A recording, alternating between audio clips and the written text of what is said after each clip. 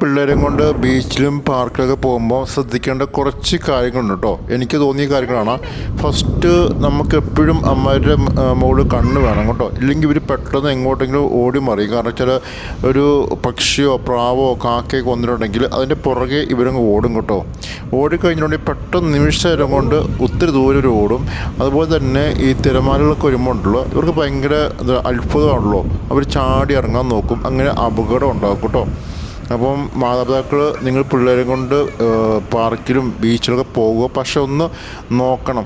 അതുപോലെ തന്നെ ഓർണമെൻറ്റ്സ്, പ്രത്യേകിച്ച് ഗോൾഡായിട്ടുള്ള സംഭവങ്ങളൊക്കെ നിങ്ങൾ പരമാവധി ഒഴിവാക്കിയിട്ട് പോകുന്നതായിരിക്കും നല്ലത്. കാരണം ഇപ്പം ഞങ്ങളിവിടെ നിന്നപ്പോൾ തന്നെ ഒരു കുട്ടിയുടെ കൊലുസ് കാണാതെ പോയി. അത് ഈ പറഞ്ഞ പോലെ വെള്ളത്തിൽ ഇറങ്ങിയിട്ട് വന്നപ്പോൾ ഒരു കാലിൽ കൊലുസ് കാണുന്നില്ല.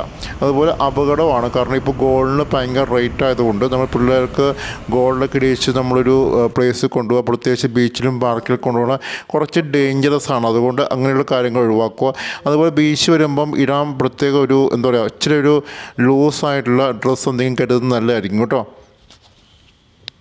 അവസാനമായി ഒരു കാര്യം കൂടെ, ഞങ്ങളുടെ വീഡിയോസ് കണ്ട് ഇഷ്ടപ്പെടുവാണെങ്കിൽ ഒന്ന് ലൈക്ക് ചെയ്യണം. അതുപോലെ ഞങ്ങളുടെ ചാനലൊന്ന് സബ്സ്ക്രൈബ് ചെയ്ത് വെക്കണം കേട്ടോ. നമുക്ക് അടുത്ത വീഡിയോ കാണാവേ. Bye bye.